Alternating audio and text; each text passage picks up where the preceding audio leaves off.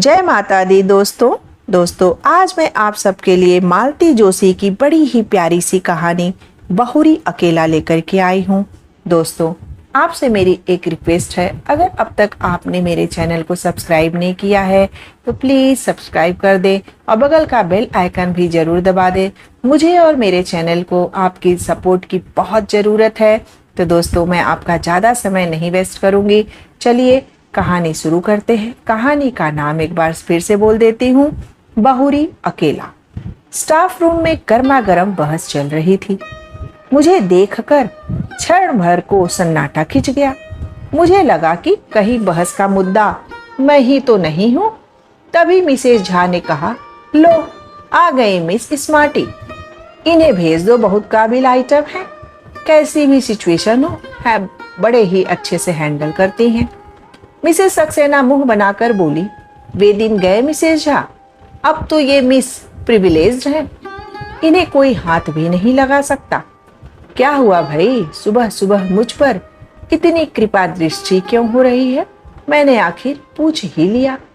अरे हम गरीब क्या कृपा दृष्टि करेंगे, कृपा दृष्टि तो आप पर मैम की है, इसीलिए तो आपको कोई असाइनमेंट नहीं दिया जा सकता, खासकर संडेज को। मिसेस सक्सेना कुटिलता से आंखें नचाकर बोली, कुछ पता भी तो चले कि माजरा क्या है। मैंने कुर्सी खींचते हुए कहा। उत्तर में सबने एक साथ बोलना शुरू किया। बड़ी देर बाद मेरी समझ में जो आया उसका सार यह था कि शुक्रवार को एमए फाइनल की लड़कियां अजंता एलोरा जा रही हैं, पर इंचार्ज मिसेस गुप्ता के ससुर जो आज अचानक कूच कर गए। अब सवाल यह है कि उनके स्थान पर किसे भेजा जाए। सबकी अपनी अपनी परेशानियां हैं। मिसेस सक्सेना की बिटिया वायरल में पड़ी थी। रविवार को किरण के देवर की सगाई थी। मिसेस कृपाल की सास पैर में प्लास्टर बंधवा कर पड़ी हैं। खंडेलवाल के पूरे दिन चल रहे हैं। दास गुप्ता के दोनों बच्चों के सोमवार से टर्मिनल शुरू हो रहे हैं और बिसारिया पहले से छुट्टी पर थी। स्टाफ में 2-3 अति बुजुर्ग सदस्य थी जिन्हें इस मिशन पर भेजना बेकार था। एकाएक मुझे याद आया, विभा तो जा रही है ना, या उसके यहाँ भी कोई प्रॉब्लम है? विभा तो जा रही है पर वह तो खुद बच्ची है, लड़कियों को क्या संभालेगी? कोई जिम्मेदार व्यक्ति भी तो साथ होना चाहिए। और तुम्हें कोई हाथ लगा नहीं सकता। मैडम की चहेती जो हो, उनकी सख्त हिदायत है कि अंजू शर्मा को छुट्टी के दिन कोई काम न सौंपा जाए। देर से शादी करने का यही तो फायदा है, सबकी सिंपत्ति मिल जाती है तुम्हें। मैं चकित सी देखती रह गई। ये सब की सब मेरी कुलीग थी। सालों से हम साथ काम कर रहे थे। हमेशा कैसी सहज भूली बातें करती हैं। आज पता चला कि सबके मन में कितना जहर भरा हुआ है। उन सबके पास व्यस्तताओं की एक लंबी लिस्ट थी। एक मैं ही फालतू नजर आ रही थी, पर उनके शब्दों में प्रिविलेज थी, इसलिए सबकी जबान पर जैसे कांटे उगाए थे। भला हो मिसेस देश पांडे का मेरा पक्ष लेते हुए बोली, अभी तक तो यही बेचारी सारी बेगार को ढो रही थी, अब इसके साथ मैडम थोड़ी सिंपैथी हो गई तो तुम लोगों को जलन हो रही है। अरे यह तो सोचो कि इतनी देर से उसने शादी की है, पति भी साथ नहीं रहते, एक छुट्टी के दिन ही तो मेल मुलाकात हो पाती है, वह भी तुम लोगों से देखी नहीं जाती। उनकी बुजुर्गियत का ख्याल करके सब चुप तो हो गए, पर सबके चेहरे पर भाव था कि इतने देर से शादी की है तो उसका खामियाजा हम क्यों भुगते। मिसेस सक्सेना से तो आखिर रहा ही नहीं गया। बोली, आंटी अब साल भर तो हो गया, इतना तो कोई नई नवेली बहू को भी नहीं सहेजता। मेरा तो जैसे खून खौल गया। आप लोग यही चाहती हैं ना कि इस बार मैं लड़कियों के साथ जाऊं, तो चली जाऊंगी। उसके लिए इतने तानों उल्हानों की क्या जरूरत है? और मिस्टर हबी, उनका क्या होगा? उसकी चिंता आपको क्यों हो रही है? That is my problem. उसी तैस में मैं मैडम के कमरे में चली गई और कह दिया कि मिसेस गुप्ता के न आने से कोई परेशानी हो तो मैं तैयार हूँ। वे कुछ देर तक मुझे देखती रहीं, फिर बोली, it is very supporting of you. दरअसल मैं तुम्हें बुलाने को सोच ही रही थी। अकेली विभा पर तो भरोसा नहीं किया जा सकता ना। तो आप इतना संकोच क्यों करती हैं ma'am? You are the boss. आप जिसे कहेंगे उसे जाना ही पड़ेगा। आप नहीं जानती आपके इस सौजन्य का लोग कितना गलत अर्थ निकालते हैं। I don't care. मैं तो सिर्फ शर्मा जी के बारे में सोच रही थी। मैं 4-5 बार उन्हें बतला चुकी हूँ कि वे मिस कश्यप हैं, शर्मा नहीं, पर उन्हें याद ही नहीं रहता। अब तो मैं टोकना भी छोड़ दिया है, इसलिए उनके सुर में सुर मिलाकर कहा, आप शर्मा जी की चिंता न करें, मैं उन्हें फोन कर दूंगी। वे भी सरकारी नौकर हैं, ड्यूटी का मतलब समझते हैं। Okay and good luck to you. घर लौटते समय बहुत हल्का महसूस कर रही थी। अच्छा लगा कि मेरे प्रस्ताव के बाद मैडम के चेहरे पर राहत के भाव उभरे थे, पर ईमानदारी की बात यह थी कि उनसे भी ज्यादा राहत का एहसास मुझे हो रहा था। पिछले 2 हफ्ते श्रीमान जी नहीं आए थे। आखिरी बार जिस मूड में यहाँ से गए थे, लगता था कि इस बार भी नहीं आएंगे। 2 रविवार लगातार मैं स्नेही पड़ोसियों की प्यार भरी पूछताछ से तंग आ गई थी। इस हफ्ते फिर वही सब दोहराना संकट लग रहा था।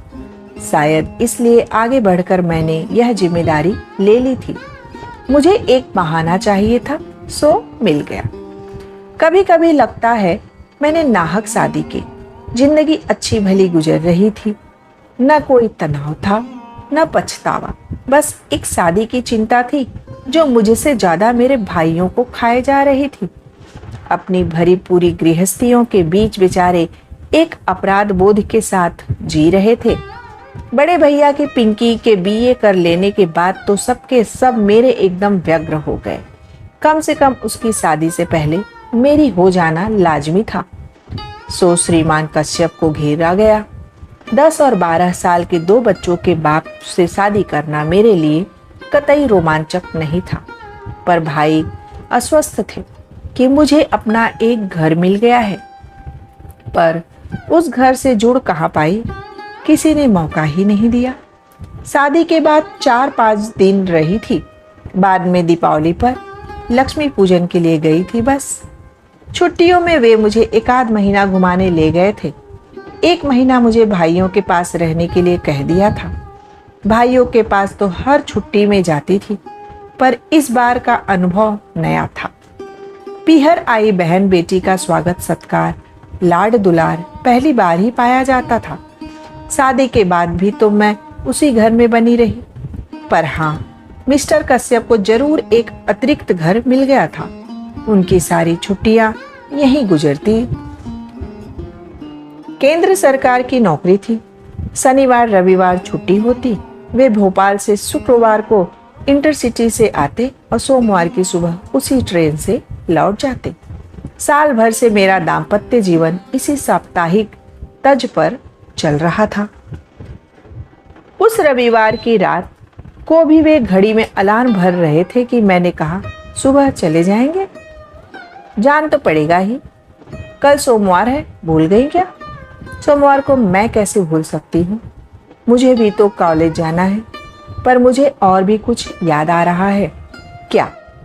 कल शाम मैंने कुछ लोगों को खाने पर बुला लिया था। कल क्यों, आज ही क्यों नहीं बुला लेती ना? यूं ही बुलाना अच्छा नहीं लगता, कोई मौका भी तो हो। तो कल क्या है? आपकी याददाश्त तो इतनी अच्छी है, आपको यहाँ बैठकर भी अपने बच्चों के ही नहीं, भांजे भतीजों के, मामा मौसियों के सबके जन्मदिन याद आ जाते हैं। कल तुम्हारा जन्मदिन है? नहीं, मेरा जन्मदिन तो कब से आकर चला गया। जिन्हें याद था उन्होंने मना भी लिया। आपके लिए मुझे 100 बहाने गढ़ने पड़े। एक साड़ी अपनी ओर से खरीदकर आपके उपहार के तौर पर पेश करनी पड़ी। मेरा जन्मदिन आपको याद नहीं रहा, कोई बात नहीं, पर कल की तारीख तो आपको याद रखनी चाहिए, या कि नहीं? उसका भी आपके निकट कोई महत्व नहीं है ना? न चाहते हुए भी मेरी आवाज थोड़ी तल्ख हो गई थी। उन्होंने कैलेंडर की ओर नजर डाली। ओह, कल 11 नवंबर है, मतलब अपनी शादी को 1 साल पूरा हो गया। धन्यवाद, आपको याद आया, पर आपने इस तरह मुंह क्यों लटका लिया? मैंने रुकने के लिए कहा जरूर है, पर कोई समस्या हो तो रहने दीजिए। सेलिब्रेशन का मूड अगर है तो मैं साथ चलती हूँ, नहीं तो उसकी भी कोई जरूरत नहीं है। तुम चलना चाहो तो जरूर चलो, उन्होंने कहा, पर स्वर में कोई आग्रह नहीं था। ऐसा है कि बच्चों की परीक्षाएं चल रही हैं। मंगलवार को सौनक का गणित का पेपर है, इसलिए मेरा कल जाना जरूरी है। सेलिब्रेशन से मेरा मतलब किसी पार्टी से नहीं था। हम सब मिलकर बाहर खाना खा सकते थे या एकाध पिक्चर देख सकते थे। बच्चों की परीक्षाएं चल रही हैं तो कोई बात नहीं, हम लोग दिन भर साथ ही रह लेते। यह प्रस्ताव आपकी ओर से आता तो मैं खुश हो जाती, पर आपको तो याद ही नहीं था। आपको अम्मा जी के ठाकुर जी की तक की याद रहती है। पिछली रामनवमी और जन्माष्टमी पर श्रृंगार का सारा सामान यहीं से ले गए थे। बस आपको मेरा जन्मदिन या अपनी शादी की सालगिरह याद नहीं रही। बार बार बच्चों का अम्मा का ताना क्यों दे रही हो? वे लोग मेरी जिम्मेदारी हैं। और मैं क्या कहूँ? सिर्फ जरूरत। कैसी जरूरत, यह भी बताना पड़ेगा। कुछ देर तक कमरे में भीषण शांति छाई रही। फिर मैंने ही कहा, आप बच्चों के सामने एक आदर्श पिता बने रहना चाहते हैं, इसलिए मुझे तरजीह नहीं देते, जानती हूँ। इसलिए आज तक आपने मेरे स्थानांतरण के लिए प्रयत्न नहीं किया। आश्चर्य तो यह कि अम्मा जी ने भी कभी इसके लिए जोर नहीं दिया। Please leave my mother alone. मैं कोई उन्हें गाली थोड़ी ही दे रही हूँ, एक बात कह रही हूँ। कोई भावुक महिला होती तो कहती, बहू तुम आकर जल्दी से अपना घर बार संभालो और मुझे छुट्टी दो। पर वे बड़ी प्रैक्टिकल है, उन्हें यही व्यवस्था रास आ गई है। घर में उनका एक छत्र शासन भी बना रहता है और बेटे को कोई परेशानी भी नहीं होती। वह आदर्श बेटा बना रहता है, आदर्श पिता बना रहता है और उसकी साप्ताहिक आनंद यात्रा भी निर्विघ्न चलती रहती है। आनंद यात्रा? वाह, क्या सोचती हो तुम? कोई हुस्न परी हो जिसके लिए मैं दीवाना हो चला आता? ठक लगा जैसे किसी ने कलेजे पर एक घूसा जड़ दिया हो। बड़ी मुश्किल से मैं उस पीड़ा को जब्त कर पाई। फिर अत्यंत कसैले स्वर में मैंने कहा, मैं हुस्न परी होती तो 34 साल तक अनब्याही न बैठी रहती और न ही 2 बच्चों के बाप से शादी करती। यह बात कहने के साथ ही मैं दीवार की ओर मुंह करके लेट गई। इस कारण उनका चेहरा नहीं देख पाई, पर वह जरूर स्याह पड़ गया होगा। वे उस रात कब कहाँ सोए मैं नहीं जानती। सुबह अलार्म बजा था, पर मैं नहीं उठी। उन्होंने शायद अपने से ही चाय बनाई थी, पर मैं दम साधे पड़ी रही। जाते समय उन्होंने मुझे आवाज दी भी हो तो पता नहीं। सुबह उठी तो लगा जैसे एक भयानक स्वप्न देखकर जागी हूं। उसके बाद आज तीसरा शुक्रवार है। जनाब की कोई खबर नहीं, रूठ कर गए हैं। सोचा होगा मना लेगी, पर हम मिट्टी के नहीं बने हैं, बल्कि गुस्सा तो हमें आना चाहिए था। अपमान तो हमारा हुआ था। सच तो यह है कि उनके न आने से मुझे राहत ही मिली थी, क्योंकि मुझे लग रहा था कि मैं उस व्यक्ति का स्पर्श या सामीप्य सहन नहीं कर पाऊंगी। सुबह बैग भर रही थी कि फोन खड़का। मैं बोल रहा हूँ। मैं? कितना जबरदस्त अहम है, जैसे आवाज सुनते ही पहचान लिए जाएंगे। अच्छा, आप हैं, कहिए। हम लोग रात को 9 बजे तक पहुंच रहे हैं। फोन इसलिए किया था कि खाना बनाकर रखो। पिछले 2 शुक्रवार से मेरा खाना बर्बाद हो रहा था, पर मैंने उसका जिक्र न करते हुए कहा, हम लोग मतलब? बच्चे भी साथ आ रहे हैं, इसलिए बस से आ रहा हूँ। ट्रेन बहुत लेट पहुंचती है। मैं पसोपेश में पड़ गई। मेरी चुप्पी से वे भी थोड़े विचलित हो गए। क्या हुआ? कोई समस्या है? कहो तो बच्चों को न लाऊं। बड़ी मुश्किल से उन्हें राजी किया था। बच्चे आ रहे हैं तो दे आर मोस्ट वेलकम, लेकिन सचमुच एक समस्या आ गई है। मैं आज शाम को अजंता एलोरा जा रही हूँ। प्रोग्राम बदल नहीं सकती। नहीं, क्योंकि ये प्लेजर ट्रिप नहीं है। कॉलेज की लड़कियों के साथ इंचार्ज बनकर जा रही हूँ। पर तुम ही क्यों? मैं क्यों नहीं? पिछले साल भर से तो उन्होंने मुझसे कोई काम नहीं लिया। मेरे सारे संडेज फ्री रखे। कॉलेज में इतनी परीक्षाएं होती हैं, पर कभी इनविजिलेशन की ड्यूटी भी नहीं लगी। पर किसी की सदायस्ता का ज़्यादा फायदा उठाना अच्छा थोड़ी ही लगता। आखिर ये मेरी नौकरी है। इस बार उधर चुप्पी छाई रही। फिर 2 हफ्ते से आप आए नहीं, तो मैंने सोचा इस बार भी नहीं आएंगे। मैं 2 हफ्तों से नहीं आया तो तुमने कोई खोज खबर भी तो नहीं ली। एक बार फोन तो कर सकती थी। कारण मुझे मालूम था, इसलिए फोन नहीं किया। मैं बीमार भी तो हो सकता था। बीमार होते तो फोन करते। आप तो नाराज थे। मैं तो आज भी आपकी आशा नहीं कर रही थी। शायद अम्मा जी ने। हर बार अम्मा को बीच में क्यों लाती हो? बहुत श्रद्धायुक्त अंतःकरण से कह रही हूँ कि शायद अम्मा जी ने ही समझाया होगा कि कमाओ बीबी से बनाकर चलना चाहिए। उधर से फोन पटकने की आवाज आई। मैंने भी परवाह नहीं की।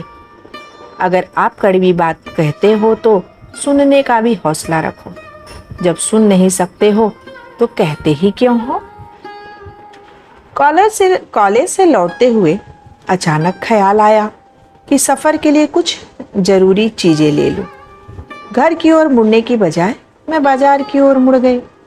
वह शायद मेरी होनी ही थी जिसने मुझे इस बात के लिए प्रेरित किया था, क्योंकि उस मोड़ और मुड़ते ही एक स्कूटर बस मेरे सामने आ गई। उसे बचाने के लिए मैं सड़क के इतने किनारे चली गई कि मैं गिर ही पड़ी। क्षण भर को आंखों के सामने अंधेरा छा गया। पल भर में वहां भीड़ जुट आई थी। 4 सहृदय लोगों ने मुझे स्कूटर के नीचे से निकाला और पास के अस्पताल में पहुंचाया। मैंने तुरंत एक फोन पड़ोस में किया और एक कॉलेज में। नीतू और उसकी मम्मी फौरन दौड़ी चली आई और पूरे समय मेरे साथ बनी रहीं। कॉलेज में फ़ोन करने का मेरा उद्देश्य सिर्फ यह था कि लोग मेरे भरोसे न रहें, पर खबर मिलते ही प्रिंसिपल मैडम भी 2-3 लोगों के साथ आ गईं और जाते समय अपनी कार वहीं छोड़ गईं। रात 10 बजे जब घर लौटी तो मेरे बाएं हाथ में प्लास्टर था। बाएं पैर की पिंडली में 6-7 टाँके थे और घुटने और कंधे पर खरोच थी। सौभाग्य से सिर पर कोई चोट नहीं थी, पर वह बेतरह घूम रहा था। घर आते ही पस्त होने से पहले मैंने बड़े भैया को फोन लगाया। मेरे कुछ कहने से पहले ही वे ही बोल उठे, अरे इतनी देर तुम कहाँ थी? मैं कब से फोन लगा रहा हूँ।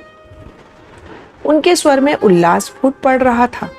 मैंने अपनी बात कुछ देर को मुलतवी करके कहा, थोड़ा बाजार तक गई थी। पर आज मुझे क्यों ढूंढ रहे थे? अरे वो बीकानेर वाली पिंकी को देख कर गए थे ना, उनके यहाँ से हाँ आ गई है। अरे वाह, बधाई। लड़का 3 महीने के लिए जापान जा रहा है, इसलिए माँ के साथ एक बार मिलने आ रहा है। मेरी इच्छा थी कि कल तुम दोनों भी आ जाते तो लड़के को देख लेते। दरअसल क्या है भैया कि मैं कॉलेज की लड़कियों के साथ टूर पर जा रही थी, तो इन्हें आने के लिए मना कर दिया था। कब जा रही हो? आज ही जाना था, पर पता नहीं कैसे स्कूटर से गिर पड़ी। पट्टी वगैरह करवा कर अभी घर लौटी हूँ। ज़्यादा चोट तो नहीं आई? चोट तो ज़्यादा नहीं है, पर आना ज़रा मुश्किल लग रहा है। खैर कोई बात नहीं, टेक केयर। इन लोगों से निपट लूँ, फिर आता हूँ। नीतू मुझे देखती रह गई। यह क्या? आपने ठीक से बताया क्यों नहीं? वे बिटिया का रिश्ता तय कर रहे हैं। इस समय मैं उन्हें डिस्टर्ब नहीं करना चाहती। जीजा जी को तो फ़ोन कर दिया होता। नहीं रे, यहाँ नहीं आना था, इसलिए उन्होंने टूर प्रोग्राम बना लिया था। घर पर अम्मा जी और बच्चे अकेले होंगे। इतनी रात को फ़ोन करूँगी तो परेशान हो जाएंगे। जीजा जी के पास मोबाइल नहीं है। यही तो सोच रही हूँ, इस जन्मदिन पर उन्हें प्रेजेंट ही कर दूँगी। बहुत परेशानी होती है। अच्छा नीतू, आज की रात तुम मेरे पास रह जाओगी? कल से मैं वासंती को बोल दूँगी। कैसी बात कर रही हो? आज तो मुझे रहना ही है। अपने घर पर खबर की भी होती तो सुबह से पहले कोई आता थोड़े ही। वह रात बड़ी मुश्किल से कटी। दर्द अपना अस्तित्व जताने लगा था। यूँ तो दर्द निवारक गोलियां भी दी थी, पर उन्हें कारगर होने में थोड़ा समय लगता ही था। घर का कोई साथ में होता तो मैं उसे सारी रात सोने नहीं देती, पर पराई लड़की को परेशान कैसे करती, सो सहनशीलता का नाटक करना ही पड़ा। दर्द के घूंट पीते हुए मैं बार बार उस एक व्यक्ति को कोस रही थी, मिस्टर कश्यप। आपने साल भर में तो कोई और तोहफा तो दिया नहीं, पर शायद बद्दुआएं दिल खोल कर दी है, उसी को भुगत रही हूँ। नहीं तो 10 साल से गाड़ी चला रही हूँ, कभी एक खरोच भी नहीं आई। बड़े मुश्किल तमाम रात के तीसरे पहर थोड़ी सी आँख लगी, पर नीतू के 7 बजे की चाय के लिए जगा दिया।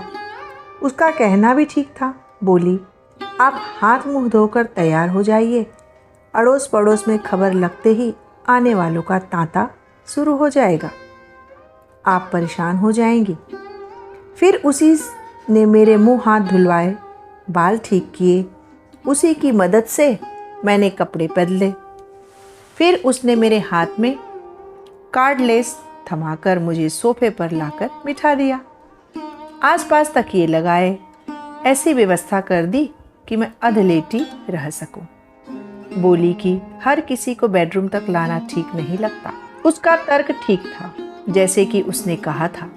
8 बजे से आने वालों का सिलसिला जो शुरू हुआ 10 साढ़े 10 तक चलता ही रहा।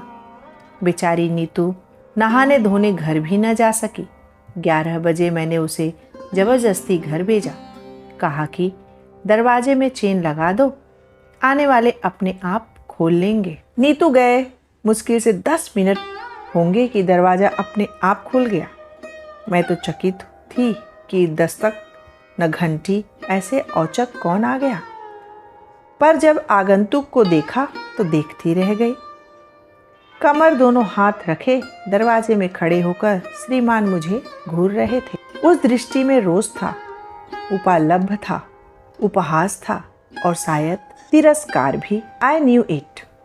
मुझे मालूम था तुम्हें कहीं आना जाना नहीं था, सिर्फ मुझे टालने के लिए बहाना बनाया गया था। वे जिस तरह मुझे घूर रहे थे, मैं भी एकटक उन्हें देख रही थी।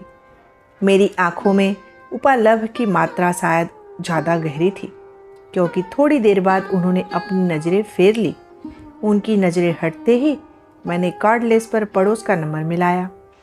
सॉरी नीतू, हटते ही मैंने कार्डलेस पर फ़ोन का नंबर मिलाया। नीतू डार्लिंग, तुम्हें फिर से कष्ट दे रही हूँ, पर क्या है कि तुम्हारे जीजा जी आ गए हैं। एक कप चाय बनाकर दे जाओगी तो अच्छा रहेगा। मेरे लिए पड़ोसियों का कष्ट देने की कोई ज़रूरत नहीं है, उन्होंने कसैले स्वर में कहा। अब वे दरवाज़ा खोलकर सामने कुर्सी पर बैठ गए थे। अगर घर में चाय बनाने में कोई प्रॉब्लम है तो मैं बाहर ही पी सकता हूँ। वैसे भी मैं यहाँ रुकने वाला नहीं हूँ, सिर्फ देखने चला आया था। मैं भी उन्हें चाय पिलाने के लिए बहुत व्यग्र नहीं थी, बस चाहती थी कि इस समय हम दोनों के बीच कोई तीसरा आकर बैठ जाए। मुझे पता था कि जीजा जी का नाम सुनते ही नीतू दौड़ी चली आएगी, और वही हुआ। 5 मिनट में नीतू 2 कप चाय लेकर हाजिर हो गई। हाय जीजा जी, नीतू ने चहक कर स्वागत किया और हुलस कर पूछा, आपको कैसे पता चला? दीदी तो फ़ोन ही नहीं की थी। पता करने वाले पता कर ही लेते हैं, उन्होंने कुटिल मुस्कान के साथ कहा। बेचारी नीतू इनका मंतव्य समझ नहीं पाई। अपनी ही रौ में बोली, मम्मी यही तो कह रही थी कि दिल से दिल की राह होती है, फ़ोन करने की क्या ज़रूरत है। फिर इन्हें चाय पकड़ाते हुए मुझसे बोली, दीदी अब आप भी उठकर जरा भी चाय पी लो, सुबह से बोल बोल कर दिमाग चकरा गया होगा। वो मुझे सहारा देकर उठाने लगी और इनके चेहरे का रंग बदलने लगा। मेरी अधलेटी मुद्रा को वे अनादर का प्रदर्शन समझ रहे थे। अब उन्हें कुछ कुछ समझ में आ रहा था। उठने की प्रक्रिया में जब मेरा शॉल कंधे से खिसक गया तो उनकी प्लास्टर पर नजर पड़ी। अरे ये हाथ को क्या हो गया? गनीमत है कि सिर्फ हाथ ही टूटा है। आप खुशकिस्मत हैं जीजाजी, ये सही सलामत बच गई, वरना क्या से क्या हो जाता। तुम्हें मैं सही सलामत नजर आ रही हूँ? अरे हाथ ही तो टूटा है। सब लोग कह रहे थे कि किस्मत वाली थी जो सड़क के किनारे गिरी। अगर बीच में गिरती तो सोचो क्या होता। उस कल्पना मात्र से ही मुझे झुरझुरी आज हो आई। मैंने नीतू से कहा, थोड़ी हेल्प कर दोगी तो भीतर जाकर थोड़ा लेट लूँगी। हाँ, अब आप बिल्कुल आराम करो, कोई आएगा तो जीजाजी निपट लेंगे। बिस्तर पर लेटते हुए मैंने कहा, बसंती को 2 दिन की छुट्टी दे दी थी। अगर किसी के हाथ खबर भिजवा दोगे तो वे आ जाएगी, 2 रोटी ही डाल जाएगी। बसंती को मैं खबर दूंगी, पर आप रोटी की इतनी चिंता क्यों कर रही हैं? हम लोग क्या इतना भी नहीं कर सकते? तुम ही लोग तो कर रहे हो, पड़ोसी और होते किस लिए हैं? नीतू जब चली गई तो ये कमरे में आकर बोले, इतना सब हो गया तो क्या मुझे फ़ोन नहीं कर सकती थी? मैंने एक क्षण उनकी ओर देखा और कहा, फ़ोन कर भी देती तो क्या आप विश्वास कर लेते या इसे भी एक बहाना समझते? वे चुप हो गए। फिर बड़ी देर तक एक मौन हम दोनों के बीच पसरा रहा। फिर कुछ देर बाद फ़ोन बजा। मेरा कॉर्डलेस बाहर ही छूट गया था, इसलिए फ़ोन इन्हें ही उठाना पड़ा। शायद बड़े भैया का था। मेरा हालचाल पूछ रहे थे। मैं जब तक उन्हें सावधान करती वे सब ब्यौरा दे चुके थे। फिर तो मेरी पेशी होनी ही थी। ये क्या कर बैठी तू? और रात को मुझे बताया क्यों नहीं? मैं उसी समय चला आता। मुझे मालूम हुआ था इसलिए नहीं बताया। आप आ भी जाते तो सुबह फिर मेहमानों के लिए भागना पड़ता। अब आपकी उम्र इतनी भागदौड़ करने की नहीं है। वैसे चिंता की कोई बात नहीं, पड़ोसी बहुत अच्छे हैं और अब तो ये भी आ गए हैं। हाँ, अभी फ़ोन पर उनकी आवाज़ सुनकर थोड़ा संतोष तो हुआ। अच्छा, तो हम लोग सुबह आते हैं, टेक केयर। भैया के फ़ोन के बाद फिर सन्नाटा छा गया। ये पेपर पढ़ते रहे, मैं सोने की कोशिश करती रही। नीतू दोनों की थालियाँ लेकर आई, तभी यह नीरवता भंग हुई। नीतू बोली, मम्मी को तो कह रही थी जमाई जी को यहीं बुला लो, ठीक से खा लेंगे।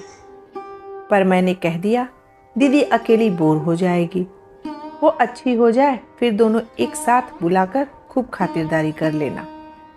एक बात और, जाते हुए मैं बाहर से ताला डालकर जा रही हूँ, नहीं तो मोहल्ले भर की आंटी लोग तंग करने आ जाएंगी। रात भर की जागी हो, थोड़ा आराम कर लो। खोलोगी कब? 4 बजे चाय लेकर आऊंगी तब। और सचमुच वह हमें ताले में बंद करके चली गई। वह जब तक रहती पटर पटर करती रहती। घर भरा भरा लगता था। उसके जाते ही एक निचाट सूनेपन से ने घर को घेर लिया। उस असहज एकांत से निजात पाने के लिए मैंने कहा, आप तो आज ही जाने वाले थे ना, तो दिन में निकल जाए, रात में ठंड से परेशान हो जाएंगे। वे एक क्षण मुझे घूरते रहे, फिर बोले, मुझे क्या इतना गया गुजरा समझ लिया है कि तुम्हें इस हाल में छोड़कर चला जाऊंगा? एक तरह से बात यहीं पर एक अच्छे बिंदु पर समाप्त हो जानी थी, पर मेरे मन में तो प्रतिशोध की आग धधक रही थी। वह हुस्न परी वाला डायलॉग मेरे कलेजे में कील की तरह गड़ा हुआ था। उसी ने मुझे चुप नहीं बैठने दिया। मैंने बड़े नाटकीय अंदाज में कहा, मेरी ऐसी हालत है तभी तो कह रही हूँ, रुक कर क्या करेंगे? वे अवाक होकर मुझे देखते रह गए। What do you mean? कुछ नहीं। एक पुरानी बात याद आ गई। एक बार आए थे और मैं, उस दिन आप कितना नाराज हुए थे। कहा था कि फ़ोन तो कर देती, बेकार में 200-250 रुपये चूना लग गया। उनका चेहरा फक पड़ गया। डूबती सी आवाज़ में बोली, उस बात को अब तक गांठ बांधे बैठी हो? यही क्यों, और भी बहुत सी हैं। सारी गांठें खोलने बैठूंगी तो सुबह से शाम हो जाएगी। तुम तो ऐसे कह रही हो जैसे मैं तुम पर बहुत अत्याचार करता हूँ। प्रचलित मायनों में जिसे अत्याचार कहते हैं वह तो आप कर ही नहीं सकते, क्योंकि मैं उतनी बेचारी नहीं हूँ। आपका तरीका बड़ा सोफिस्टिकेटेड है और अप्रोच बहुत ही प्रैक्टिकल। बहुत आसानी से आप सामने वाले की भावनाओं को अनदेखा कर देते हैं। मसलन अब कहाँ से शुरू करूँ? चलिए शुरू से करते हैं। याद है जब शादी के बाद पहली बार हम लोग इस घर में आए थे, मेरी सहेलियों ने घर को बहुत कलात्मक ढंग से सजाया था। हमारा स्वागत भी बहुत शानदार हुआ था। हार फूल, संगीत, उपहार, मिठाई, और लोग इतने की पैर रखने की जगह नहीं थी। उसके बाद जब हम अकेले हुए तो आपका प्रश्न था, फ्लैट तो बहुत सुंदर है, कितने का पड़ा? क्या मुझे यह पूछने का हक नहीं था? जरूर था, पर आपकी टाइमिंग गलत हो गई। उस निभृत एकांत की अवहेलना कर आप इंदौर और भोपाल की कीमतों की तुलना करते रहे। बातों बातों में आपने यह भी पूछ लिया कि मैंने लोन बैंक से उठाया था या जीपीएफ से, और यह भी कि किस्तें पट गई या कि अभी बाकी है। मेरे ख्याल से मुझे यह भी पूछने का हक नहीं था। हक 100% है, पर यह विषय उस दिन के लिए नहीं था। मुझे मालूम है मेरी शादी में मेरी नौकरी, मेरा वेतन, मेरा फ्लैट प्लस पॉइंट थे, पर वे ही अहम मुद्दा होकर रह जाएंगे और मैं गौड़ हो जाऊंगी, यह नहीं सोचा था। अगली बार आप जब आए तो अपने नॉमिनेशन के बारे में पूछा था। मैंने दोनों भाइयों के बेटों को फ्लैट और जीपीएफ के लिए नॉमिनेट किया था। आपने कहा कि अगर नामांकन बदलना है तो फुर्ती करनी होगी, नहीं तो बाद में बहुत परेशानी होगी। इसमें गलत क्या था? सरकारी दफ्तर में काम करता हूँ, रोज देखता हूँ कि लोग बाद में किस तरह परेशान होते हैं। मैं भी जानती हूँ, पर महीने भर पहले ब्याही औरत भविष्य के सपने देखती है। उसे वसीयत के बारे में सोचना जरा अच्छा नहीं लगता। बदली हुई परिस्थिति शायद मैं खुद इस विषय में पहल करती, पर आपकी उतावली देखकर वितृष्णा हो आई। इसके बाद तो शोषण का एक अनवरत सिलसिला शुरू हो गया। मेरे टेलीफोन का बिल दुगुना तिगुना आने लगा। सब लोग छेड़ते कि रात रात भर मियाँ से बात करती होगी। उन्हें क्या पता कि मियाँ के घर पर बात करने के लिए एकदम मना किया हुआ है, और दफ्तर में बात करना मुझे अच्छा नहीं लगता। उन्हें कैसे बताती कि यहाँ आकर श्रीमान को सारे दोस्तों के, भाई भतीजों के जन्मदिन याद आ जाते हैं। सारे रिश्तेदारों की मिजाज पुरसी और मातम पुरसी यहाँ से ही होती है। यह तो शायद तुम्हें भी पता होगा कि लॉन्ग डिस्टेंस कॉल्स संडेज को सस्ती पड़ती है, और अक्सर संडेज को मैं यहीं होता हूँ। हाँ, मुझे पता है, और मुझे यह भी पता है कि इंदौर का कपड़ा मार्केट बहुत अच्छा है, इसलिए चादरें और पर्दे यहीं से खरीदना चाहिए। यहाँ के रेडीमेड गारमेंट्स की मंडी भी बहुत मशहूर है, इसलिए बच्चों के जन्मदिन के कपड़े यहीं से लेना चाहिए। यहाँ जब तब गर्म कपड़ों की सेल लगती है, इसलिए अम्मा जी के लिए शॉल, स्वेटर यहीं से जाया करेगा। इसके अलावा और भी फरमाइशी चीज़ें हैं, जैसे फरियाली सामान, नमकीन, राहुल के लिए कैमरा, एटलस, टीना के लिए बारबी का सेट, कलर बॉक्स वगैरह वगैरह। आपने घर पर यह कभी नहीं जताया होगा कि ये फरमाइश कौन पूरी कर रहा है। देखो, ज़्यादा एहसान जताने की ज़रूरत नहीं है। हिसाब लगा कर रखना, अगली बार आऊँगा तो सब चुकता कर जाऊँगा। हिसाब करने की ज़रूरत नहीं है, क्योंकि यह सब मैंने अपने घर के लिए, अपने बच्चों के लिए किया था। जिस तरह शादी के बाद यह घर आपका हो गया, मैंने सोचा कि वह भी घर अब मेरा ही है। इसलिए एहसान की कोई बात नहीं है, बात अधिकार की है। राहुल को जन्मदिन पर डांस करना था, आप यहाँ का म्यूजिक सिस्टम ले गए। बच्चों को गर्मियों में पिक्चर्स देखनी थी, आप यहाँ के वीसीडी प्लेयर ले गए। बार बार बिजली गुल होने के से बच्चों की पढ़ाई में हर्ज होता था, तो आप इमरजेंसी लैब भी भोपाल पहुँचा गया। मैं शिकायत नहीं कर रही हूँ, आपको अधिकार था और आपने उसका उपयोग किया, पर यह तो वन वे ट्रैफिक हो गया। मुझे तो कोई अधिकार मिला ही नहीं, मेरा तो सिर्फ एक्सप्लॉइटेशन किया गया। वाह, सुनने में बुरा लगता है ना? शोषण कहूँगी तो और भी बुरा लगेगा, पर मेरे साथ यही हो रहा था और वह मेरी समझ में भी आ रहा था। पर मैंने मन को बहला लिया था कि मैं घर की किस्तें चुका रही हूँ, घर जिसकी मुझे अरसे से तलाश थी, घर जो किस रिश्तों की मजबूत जमीन पर खड़ा हो, घर जो आपसी सामंजस्य और सद्भाव के सहारे टिका हो। पर वह घर तो मुझे मिला ही नहीं, आपने दिया ही नहीं। देखो, तुम्हारी तरह मैं साहित्यिक भाषा तो बोल नहीं सकता, लेकिन आप खूब बोल सकते हैं। आपका हुस्न परी वाला जुमला तो आज तक मेरे कलेजे में गड़ा हुआ है। कल रात मैं दर्द के मारे सो नहीं पाई थी, पर यह दर्द उस दर्द के मुकाबले कुछ नहीं था जो उस रात आपने मुझे दिया। ये घाव तो कल को भर भी जाए, पर यह घाव ताउम्र हरा ही रहेगा। और आज तो आपने कमाल ही कर दिया। आज मैंने क्या किया? वे हैरान थे। आज आप सिर्फ मेरे सच को परखने यहाँ चले आए। मान लो मैं चली ही गई होती तो आपकी क्या इज्जत रह जाती? हाँ, मेरी ही क्या इमेज बनती? आपकी तो यह दूसरी शादी है। इतना तो आप भी समझे होंगे कि दाम्पत्य का आधार होता है विश्वास। और मिस्टर कश्यप, आपने उसे ही नकार दिया, फिर शेष क्या रहा? तभी दरवाज़ा खड़का। नीतू शायद चाय लेकर आई थी। हम दोनों अच्छे बच्चों की तरह चुपचाप बैठ गए। वैसे भी बोल बोलकर मेरा मन इतना थक गई थी कि कुछ देर आंख बंद करके लेटने को जी चाह रहा था, और चाय पीकर मैं सचमुच लेट गई। नीतू बोली, जीजा जी शाम को क्या खाना पसंद करेंगे बताइए।